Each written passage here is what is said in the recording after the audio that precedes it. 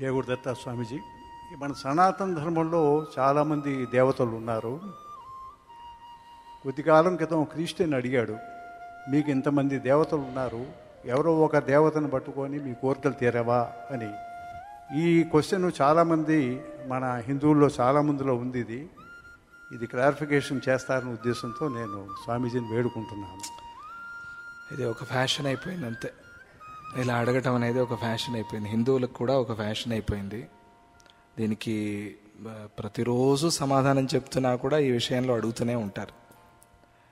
బహుశా వాళ్ళకి ఇష్టం లేదేమో సాధన చేయటం, వాళ్ళకి ఈ సనాతన ధర్మాన్ని గురించి తెలుసుకునే ఇంట్రెస్ట్ లేదేమో.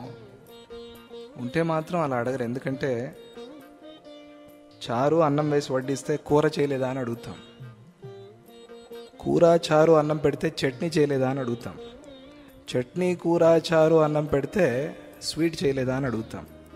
ఇన్ని అడిగే మనము దేవతలు మాత్రం అంతమంది ఉండాలా అని అడుగుతాం. ఒకటే తినచ్చు కదా, ఒకటే తిని ఏదైనా నింపేదే కడుపు అని ఎవడూ ప్రపంచంలో అనటం లేదు. ఇదేం దౌర్భాగ్యం, ఇదేం కర్మ తెలియదు. పైగా 5 కూరలు 5 ఐటమ్స్ పెట్టి పంచభక్ష పరమాణాలు పెడితే ఐస్ క్రీమ్ లేదా అని కూడా అడుగుతున్నాం.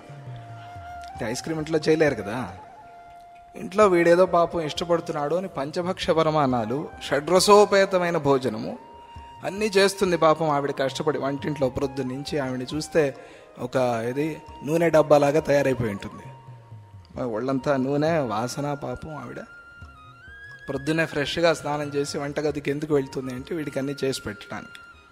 ఇవన్నీ చేసి పెడితే వీడు ఐస్ క్రీమ్ తెప్పించలేదా అంటాడు. పోనీ రేపటి రోజు ఐస్ క్రీమ్ తెప్పిస్తుంది, వాడి బీడా తెప్పించలేదా అని అడుగుతాడు.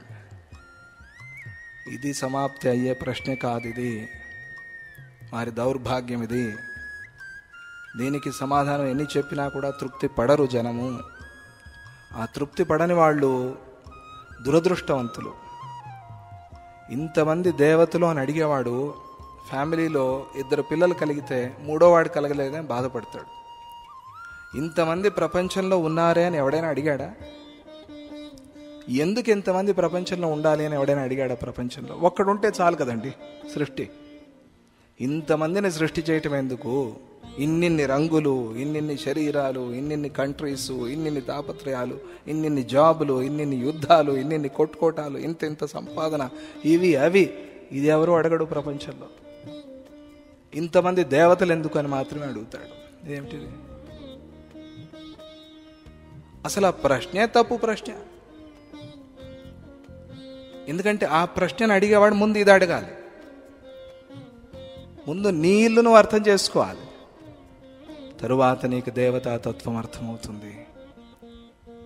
అరే నీ పుండే నీకు తెలియదు, పక్కవాడి పుండా చూస్తావు నువ్వు అని సమాధానం చెప్పండి వాడికి, చాలదు. అంతకన్నా వేరే ఏమక్కర్లేదు. మనం ఎవరిని తృప్తిపరచాల్సిన పని లేదు, ఎవరిని సంతోష పెట్టాల్సిన పని లేదు. వచ్చినవాడు వస్తాడు, రానివాడు రాడు, అంతే గుర్తుపెట్టుకోండి. స్వామీజీ ఎన్నోసార్లు చెప్పారు ఆ మాటని, మన గుర్తు చేస్తూ ఉంటారు నారాయణరావు గారు. వచ్చిన వాడికి 1 జయ గురుదత్త, రాని వాడికి 10 జయ గురుదత్తలు. ప్రపంచంలో ఏ శక్తి మన సనాతన ధర్మాన్ని నాశనం చేయలేదు, గుర్తుపెట్టుకోండి.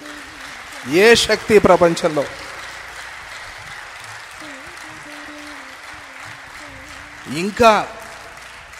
ఇంకా ఈ కాలం భాషలో చెప్పాలంటే మన సనాతన ధర్మం యొక్క ఒక వెంట్రుక కూడా పీకలేదు ప్రపంచంలో ఏ శక్తి. ఈ కాలంలో అర్థమవుతుంది.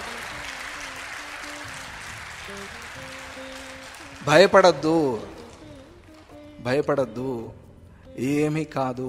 ఎందుకంటే మనది ప్రకృతి ఉపాసన, పంచభూత ఉపాసన మనది. ఇన్ని పంచభూతాలు ఎందుకున్నాయని అడిగామా ఎప్పుడైనా? అడగలేదు. అదే చెప్పా కదా, ఇన్ని ఐటమ్స్ ఎందుకు, ఒకటి చాలని ఎవరు ప్రపంచంలో అనడు. ఇంతమంది దేవతలు ఎందుకు అని మాత్రమే అంటాడు. ఎవరు చెప్పారు ఇంతమంది దేవతల్ని పట్టుకోమని? ఒకళ్ళనే పట్టుకో. అదే కదా ఉపాసన అంటే. అహంగ్రహోపాసనలో ఒకే దేవతని నేను అని భావన చేయటం. సదా దత్తోహమస్మేతి ప్రీత్యై తద్వదంతి నతే సంసారిణో భవంతి. సదా దత్తోహమస్మి అనుకో, శివోహం అనుకో, మాతా అహం అనుకో. ఎవరొద్దన్నారు? చెయ్యి. కానీ అందరికీ అదే స్థాయి ఉంటుందా? అదే స్థాయి ఉండదు. అన్ని పనులకి ఒకటి దగ్గరికి వెళ్తామా? ప్రైమ్ మినిస్టర్ గారు కూర్చున్నారు కదా అని, ఏమండి మా ఇంట్లో నీళ్ళు రావట్లేదండి ప్రైమ్ మినిస్టర్ గారు, వెళ్తామా? వెళ్తే చూస్తారా? కనిపిస్తాడు ఆయన? లేదు. నీళ్లు రావట్లేదంటే ఎవరి దగ్గరికి వెళ్ళాలో వాళ్ళ దగ్గరికి వెళ్ళాలి. కరెంట్ రావట్లేదంటే ఎవరి దగ్గరికి వెళ్ళాలో వాళ్ళ దగ్గరికి వెళ్ళాలి. అప్పుడే పనులు అవుతాయి. అలాగే అన్నిటికీ పరమాత్మ దగ్గరికి పరిగెత్తలేం కాబట్టి ఉన్నది ఒక్కడే అయినా కూడా ఆయన పంచాడు పోర్ట్ఫోలియోలు. ఇప్పుడు పిల్లల్ని అన్నిటికీ ఒకడే అడుగు అంటే వాళ్ళు నమ్మరు. ఎందుకంటే అది జీవితంలో ప్రాక్టికల్ కాదు. మనం ప్రపంచాన్ని అట్లా చూడటం లేదు. అవునా కాదు? ఎలా చూస్తున్నాం? ఒక్కొక్కరికి పంచి ఈ పని కావాలంటే వీరి దగ్గరికి, క్రియాయోగా ఏదో తెలియాలి అంటే గోపాలకృష్ణ గారు, రాజారావు గారు అట్లా వెళ్ళి కనుక్కోండి. లేదా ఏదో పూజా కౌంటర్లో పని ఉందంటే అక్కడ ఎవరో ఉంటారు, వాళ్ళ దగ్గరికి వెళ్ళండి. ఇలా ఎక్కడ చూసినా కూడా వ్యవహారంలో ఆయా పనులకి వాళ్ళని అప్రోచ్ అవ్వాలి అని ఉంది. పిల్లవాడు వచ్చి అమ్మ నాకు చదువు రావట్లేదంటే పరమాత్మని కొలు. ఏమండి నాకు జాబ్ రాలేదు, పరమాత్మని కొలు. ఏమండి నాకు ప్రమోషన్ రాలేదు, పరమాత్మని కొలు. ఏమండి నాకు తిన్నది అరగటం లేదు సరిగ్గా, పరమాత్మని కొలు. ఏమండి నాకు మాయరోగం వచ్చింది, పరమాత్మని కొలు. అన్నిటికీ పరమాత్మ అన్నారు మొదట్లో, ఎప్పుడు కృతయుగంలో. అంటే వాళ్ళు బుద్ధివంతులు చేశారు. అంటే అప్పటికి దేవతలు లేరు అని నా అభిప్రాయం కాదు. దేవతలు ఉన్నారంటే ఉన్నారు, లేరంటే లేరు. అది మనం తెలుసుకోవాలి. అది మనకు కూడా తెలిసి ఉండాలి. ఎందుకంటే ఉన్నది పరమాత్మ ఒకటే అని చెప్పే సిద్ధాంతం మనది కాబట్టి.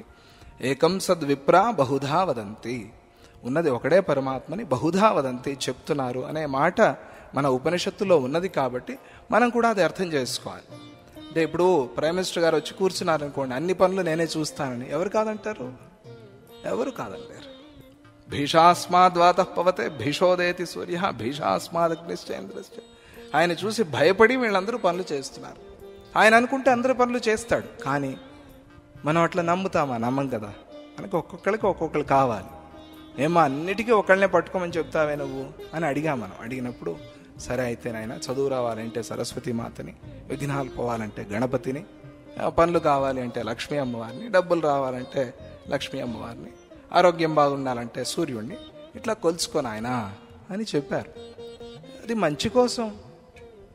ఇది అర్థం చేసుకున్న వాళ్ళు ఆ మార్గంలో, మంచి మార్గంలో నడుస్తారు. అర్థం కాని వాళ్ళు ఈరోజు వచ్చినవాడు ఈరోజే పోతాడు, ఎప్పటికీ ఉండలేడు. వాడు ఇక్కడెక్కడ ఉంటాడు? ఈరోజు వచ్చేదో ఆక్షేపణ చేస్తున్నాడంటే మన దేశానికి వచ్చి, మన ఇంటికి వచ్చి, మన తిండి తిని, మన నెత్తి మీదే కాలు పెడతామని చూస్తున్నాడు. మనం సహనంగా ఉన్నాం. ఎందుకంటే మనకు అదే నేర్పారు. మనం శాంతంగా యుద్ధం చేస్తాం.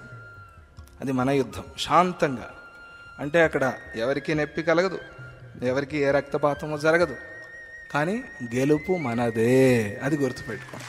శాంతమైన యుద్ధం, ప్రశాంతమైన యుద్ధం. అక్కడ మనకి ఆవేశం పనికిరాదు. అక్కడ మనకు కావాల్సింది ప్రాక్టీస్ కావాలి. మనం మన ధర్మాన్ని ఎంతగా పాటిస్తున్నాము. ఒకప్పుడు ఆక్రమణ చేసినప్పుడు వేల లక్షలాది మందిని ఊచుకోతకు వేసేశారు. భయపడకుండా ఒక్కడే వీధిలో ఉన్నా కూడా ధైర్యంగా ధర్మాచరణ చేశారు. అటువంటి దేశం మనది. ధైర్యంగా ఒక్కడే, ఊర్లోనే ఒకడు ఉంటాడు, కానీ వాడు సాధన చేస్తాడు. చంపుతావా? చంపు. ఆ ధైర్యము మనలో కావాలి. అది శాంత యుద్ధం.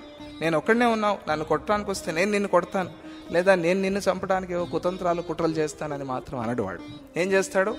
వాడి సాధన వాడు చేస్తాడు. అది చూసి వాడు భయపడతాడు. ప్రాణభయము, మృత్యుభయమున్నా కూడా, మెడ మీద కత్తి పెట్టినా కూడా సాధన చేస్తున్నాడంటే వీడి ధర్మము గొప్పది అని వాడు బయట కనకపోయినా మనస్సులో ఒప్పుకుంటాడు. ఈరోజు కాదు రేపటికైనా మన ధర్మానికి పరిగెత్తుకుంటూ వస్తాడు. ఆ భయం మనకు అక్కర్లేదు. అందుకనే ఎవరైనా అడిగితే అదే చెప్పండి. ఇంతమంది ఇన్ని పదార్థాలు ఉన్నాయని అడిగిన వాళ్ళము, ఇంతమంది దేవతలు ఉన్నారని అడిగే అర్హత, యోగ్యత మనకి లేదు. రేపటి నుంచి నువ్వు ఇంట్లో కేవలం సూపు తాగి బతకడం అభ్యాసం చేయి. 40 రోజులు కేవలం సూప్ తాగు. అప్పుడు వచ్చి నన్ను ఇంతమంది దేవతలు ఎందుకు అని అడుగు, అప్పుడు నేను సమాధానం చెప్తానని చెప్పండి. వాడు మళ్ళీ మీ జోలికి రాడు, పరిగెత్తుడు పారిపోతాడు. ఏది ఉన్నదో దాన్ని ప్రాక్టీస్ చేయాలి. కానీ ఇలా ఎందుకుంది అంటే అది అర్థం లేదు.